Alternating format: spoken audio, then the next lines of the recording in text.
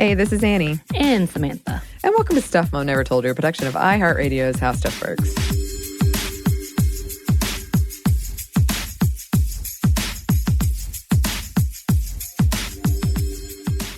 You know, this is our third recording, and saying my name is getting really weird because I feel like I don't say it right. Oh, I've already said on this podcast before, Right. I feel like I don't say my name correctly because Weird. everyone would always question me about it. And so now I say my name like a question, and it really frustrates me. Oh. I'm working on it. I think mine's because of my Korean accent. Like, I don't have one anymore, but growing up, younger, I did, trying to learn English.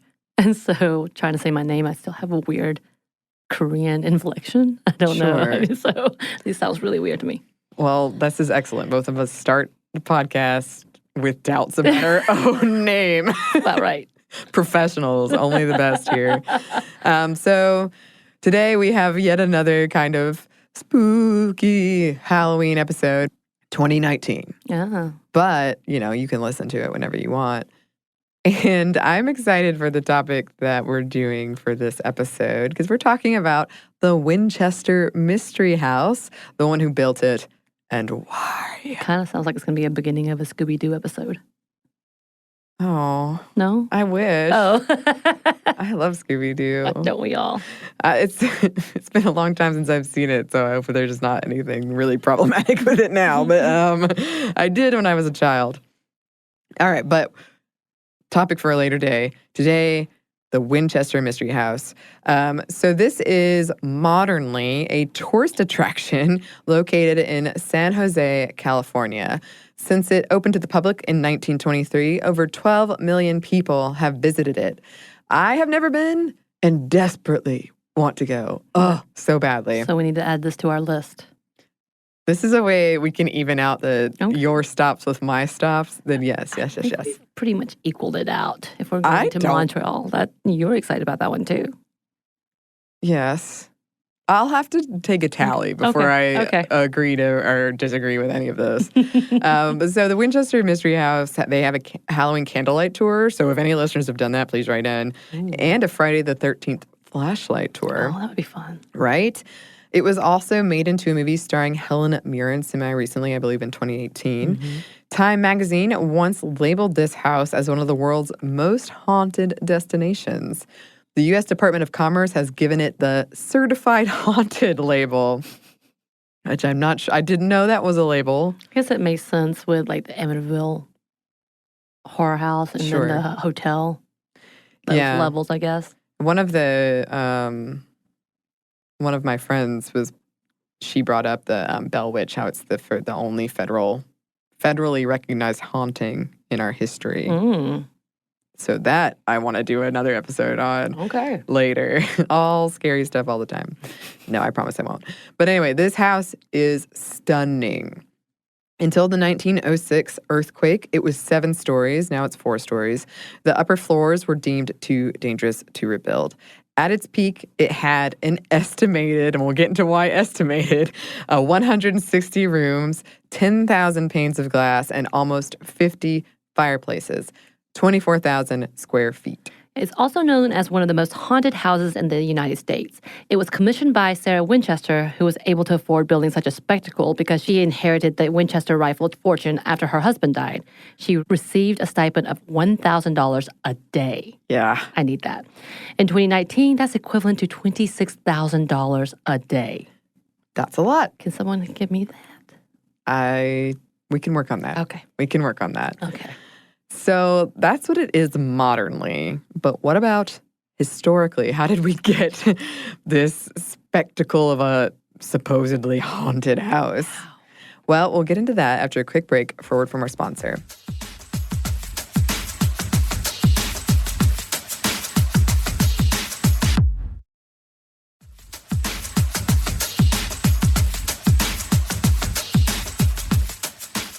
And we're back. Thank you, sponsor. And we're back with another disclaimer. What? As with our female serial killers episode, there's a lot of legend out there about this place.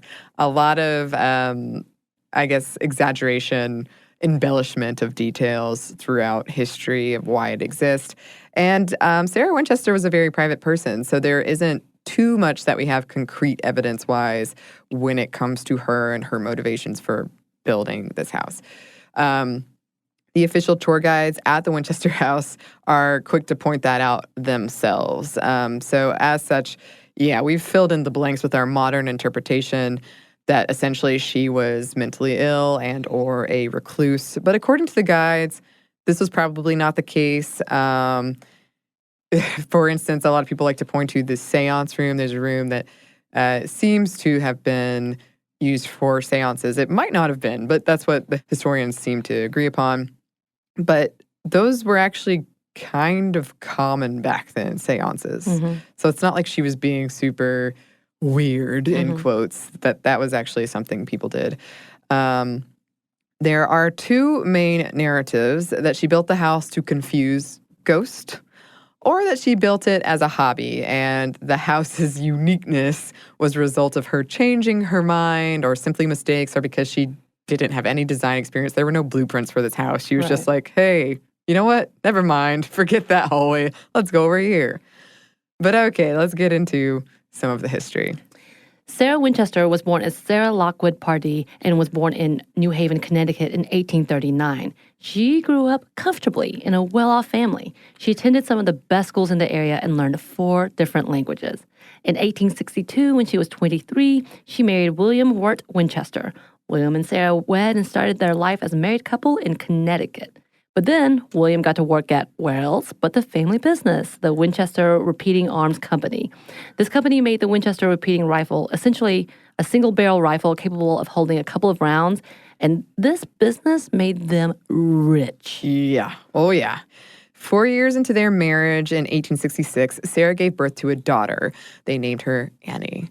Tragically, the baby died only a few weeks later, stricken by marasmus. Perhaps obviously, Mrs. Winchester was never the same. Meanwhile, the gun that won the West, aka Model 73, was released in 1873. In 1880, William's father and the owner of Winchester Repeating Arms died, leaving his company to his son. William himself died in 1881 from tuberculosis, leaving Sarah with half of the shares of the Winchester Company. And also that $26,000 a day we mentioned earlier, and a lump sum of $20 million, or $500 million in today's money. This was another blow to Sarah's psyche, her husband's death. Some believe to seek comfort from her grief, she sought out a medium. In the popular telling of the story, the medium did not provide comfort, but instead added to Sarah's turmoil, insinuating that vengeful spirits were targeting her. In particular, vengeful ghosts who had died at the wrong end of a Winchester rifle. They were behind the deaths of her husband and child, according to this medium and in this story. And if Sarah wasn't careful, she would be their next victim. Wow, can you imagine getting that advice from a medium? All right, thanks. I'm going to sleep well tonight. Yes. The medium advised Sarah to go out west and build a house large enough for all the spirits haunting her. And again, seeing a medium wasn't uncommon at the time. A lot of women lost their loved ones during the Civil War and were looking for ways to communicate with them. During this time, people were bombarded with advertisements for moving out west, and this is because California had only recently been incorporated into the U.S., and the government wanted folks to move out there. So maybe the medium was working for the government. Or maybe Sarah just saw an ad and acted upon it. We do that all the time now. Not that specifically, but. So Sarah Winchester, she didn't need to be told twice, and she made her way out west to San Francisco, California, very quickly. Yes. However, she found the weather there really messed with her arthritis, so she moved to San Jose. By 1884, she had purchased 40 acres of land, which grew into 160 acres, and began building on it. She would continue building on it until her death, nearly 40 years later in 1922. At first, she contracted construction workers, perhaps numbering 13 at the time, to build an 8-room house. Over the years, the project ballooned, growing bigger and bigger. Her original intent was to build a house big enough for her sisters and herself. So no plans were drawn up, and she designed it somewhat haphazardly, or perhaps designed it It's a strong word. Yeah. She called it Yanata Villa. She paid her workers well and often purchased them homes to live in while they worked on her home. On top of the construction crew, she employed 18 servants and 18 gardeners. They split shifts so that they could work 24/7. Allegedly, they only stopped when Sarah died and left so abruptly that nails were left half-hammered. I find that hard to believe, but that is how the internet tells it in several places. It's a good story. It is a good story. She insisted that only red would be used, even though she didn't like how it looked. So workers were instructed to cover it up with a stain and faux grain, which ended up being 20,000 gallons of paint. The house also featured some technological rarities of that time, like indoor plumbing, including indoor running hot water, forced air heating, and gas lighting operated by pushing a button. So, of course, it didn't take too long for rumors to start spreading about the house and its owners. Locals and workers on the project believed it to be haunted. All kinds of things, bells ringing by themselves, window opening, closing seemingly on their own. Some workers purportedly claimed every day she held seances to reach good spirits. Some believed her communications with these good spirits were the impetus behind her ever-shifting design ideas. Stories abound about Sarah, that she refused to be photographed, that she refused to grant Teddy Roosevelt's request for an audience with the Winchester widow. And we have to remember, too, at this time, any woman living by herself, owning her own property, was cause for gossip. Take that and multiply it by an enormous, eye-catching mansion, and stories were sure to be rife. Even these days, few things are scarier than a woman living by herself. Dum, dum, dum. Agreed. So all of this haunted stuff is fun, but historian Jen Bohem, apologies if I'm mispronouncing your name, argues that it was less a protection against angry ghosts and more of a hobby. A lot of these stories don't come from Winchester herself or any historical records, kind of like we said, but books written in the 1960s after the tourist attraction had been open for several decades. The house's quirks could have been a result of a changing mind and lack of design experience, as we said, and or could have been a way for Sarah to remind herself of the good time she had with her husband, William, building their house in New Haven. But let's talk about some of those quirks. Yes, let's go. So Winchester thought that the sounds of constant construction would cover up any supernatural sounds. That's smart to me. Mm-hmm. She sought to confuse ghosts with hidden passages, windows in the floors, upside-down pillars, ridiculously shallow cupboards, and dead-end stairwells. Not stairways to heaven. Different thing. Yeah, exactly. One door opens, the door to nowhere, to a 12-foot drop about 3.7 meters. It's nicknamed the mother-in-law suite, Oof. Which seems odd. As she loved the stained glass windows, there are heavily featured throughout the house, and many of them designed by Tiffany & Company, which is, damn. Again, she had a lot of money. Not like that. Let me go see those. Two are inscribed with quotes from Shakespeare, wide unclasped the tables of their thoughts, and these same thoughts peopled this little world. People have put a lot of thought into why she chose those two quotes. I'm going to have to think on that for a while. We'll get back to you. The house is also rife with iterations of the number 13. Like we said earlier, there are some stories that she hired construction workers in shifts of 13. Hard to say if that's actually true, but you can say that it's true in the house because there's evidence. 13 coat hooks, 13 panels on the ceiling, 13 bathrooms, but only one functioned to prevent ghosts from haunting it, particularly the spigot. What is it called? Spigots? The spigot, yeah. Decorative spiderweb patterns appear throughout the house as well, which at the time were believed to be good luck. One staircase near the carriage room has 44 steps and 7 turns. The historian we mentioned earlier believes that this has more to do with Sarah's arthritis and less to do with bamboozling spirits. The room that is thought to have been a seance room has 1 entrance and 3 exits. 1 cabinet extends through 30 rooms. I have got to see this place, Samantha. There's a section of the house referred to as the Hall of Fires due to the 7 sources of heat feeding into it. And that historian thinks, again, that this has to do with providing relief for Sarah's arthritis. And according to legend, each night she slept in a different bed and took secret passageways as not to be followed. Some theories suggest she believed that when construction on the house stopped, she would die. Other theories posit she thought the 1906 earthquake that took out 3 stories of the house was caused by spirits who realized her project was close to completion. And yet another theory puts forth that Sarah was actually a member of a mystic society or mystic societies, and perhaps inspired by Francis Bacon, the English philosopher. In 1888, Sarah's niece, Marion Merriman, moved in to the house and remained there for 15 years. At the time of Sarah's death to heart failure in 1922, the house boasted a whopping 10,000 windows, 2,000 doors, not all that can be walked through. And then, yes, the 160 rooms, which is actually an estimate, 47 stairways, 13 bathrooms, 6 kitchens, 3 elevators, and 2 basements. She had invested $5.5 million in the mansion, and in today's money, that would be about $7.7 million. And it's a beautiful piece of Queen Anne Revival architecture. While she left most of her belongings to relatives and nonprofits, there were 13 parts to her will. Of course. The will did not name anyone as the new owner of the house. She did leave a lot of the furniture to her niece, who auctioned off most of it. One story goes that it took 6 months to get all of the furniture out. The house itself was auctioned off after appraisers declared its strange design rendered it worthless. Wow. Yeah. So the house was leased by John and Maine Brown for $135,000, who originally planned to build one of America's first roller coasters on the space. But after the public expressed so much interest in the house itself, they shifted gears, opening up for tours, which is smart. The roller coaster was never built. They opened up Sarah's gardens, calling them Winchester Park, and a few years later, the Browns purchased the house outright.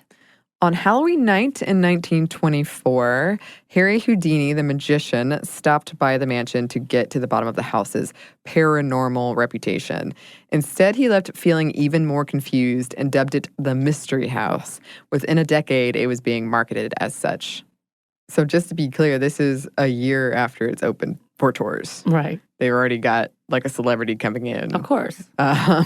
In June 1945, John Brown dies. His wife and 2 daughters completely take over running tours until Mamie Brown died in 1951.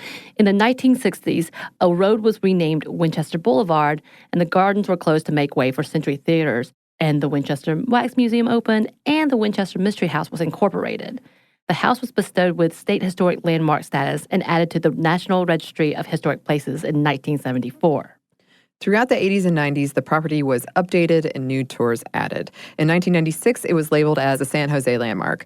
The 2000s saw even more renovations, updates, and restorations. In 2016, a secret attic was discovered containing an organ, a dress form and sewing machine, a couch, and some paintings. 40 new rooms were open to the public. And this is why, again, the room number is an estimate, because they're not sure they've found all the rooms in that dang house. You just want to go stay there for a month, don't you? Yeah. I don't think they'd let me. But if anyone listening has any connections, I'll go with you for sure. All right, perfect. And then, yes, in 2018, the movie starring Helen Mirren called Winchester debuted. For 72 hours, the house was closed to tourists for a jam-packed filming schedule. Mirren said of Sarah Winchester, "She went into mourning and stayed in mourning for the rest of her life. When you lose someone, the losses can be so unbearable, so difficult that the only way you can deal with your grief is by feeling that they are still with you in some way or another." And if you're interested, the costumes from the movie are on display at the site. They were donated to the site by the filmmakers. So clearly we have an interest with this mystery house, which is so fascinating because she was someone who, it seemed, shied away from attention, wasn't into it. And now so many tourists have gone and tried to get to the bottom of her motivations. What was she really thinking? And we've made up all of these stories about so many legends. So many legends. I want to see it so badly. I wonder how many horror films have started with the furniture being sold and being cursed or something. I myself was in a horror movie where it started that way, and it did not end well for me. No, it didn't. What a fun death scene that was. Yeah, just the interest we have with these kinds of things. I mean, it's fascinating. It's historical, one, as well as you never know the creativity and thought process is fantastic. And it is beautiful. Yeah. I mean, looking outside before you go in, if you know that it's a mystery house, you can see some signs that there's something kind of wonky going on in there. But from the outside, it looks beautiful. And I can just like imagine her living there. Right. And if you've actually visited it, please send us pictures. We would love to see some pictures if you're able to get any.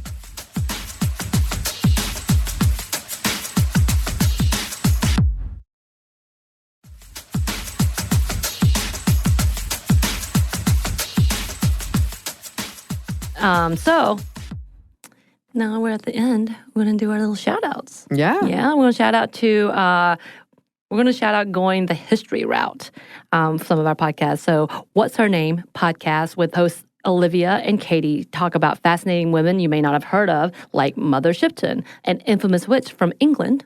That was a fun one. And then Notorious Women podcast, which is a fun podcast with Lavetta and Miriam taking a comical look at women in history. And it's super fun if you get to listen to those too. So shout out to you guys. Like your podcast.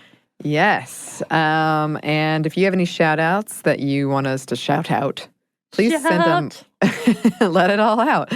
Send it our way. And for our listeners who are celebrating Halloween, please have a fun and safe Halloween.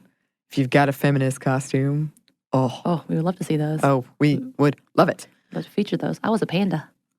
You were a panda. You were increasingly grumpy, hot panda. So hot. With a unicorn I was a horn. Unicorn panda. Yeah. It was great. With my captain. What are you? Bucky? You're my Captain Bucky now. Captain Bucky. I was the Winter Soldier because it's my favorite costume. Yes. And you didn't get to see it at Dragon Con, so I had to show you. You had to. Mm-hmm. It was good too. Oh, thank you. That's all I live for. You can send those costume pictures or your shout outs or anything else to our email address, stuffmediamomstuff@iheartmedia.com. You can also find us on Twitter at momstuffpodcast or on Instagram at stuffmomnevertoldyou. Thanks as always to our super producer, Andrew Howard. Thank you, Andrew. And thanks to you for listening. Stuff Mom Never Told You is a production of iHeartRadio's How Stuff Works. For more podcasts from iHeartRadio, visit the iHeartRadio app, Apple Podcasts, or wherever you listen to your favorite shows.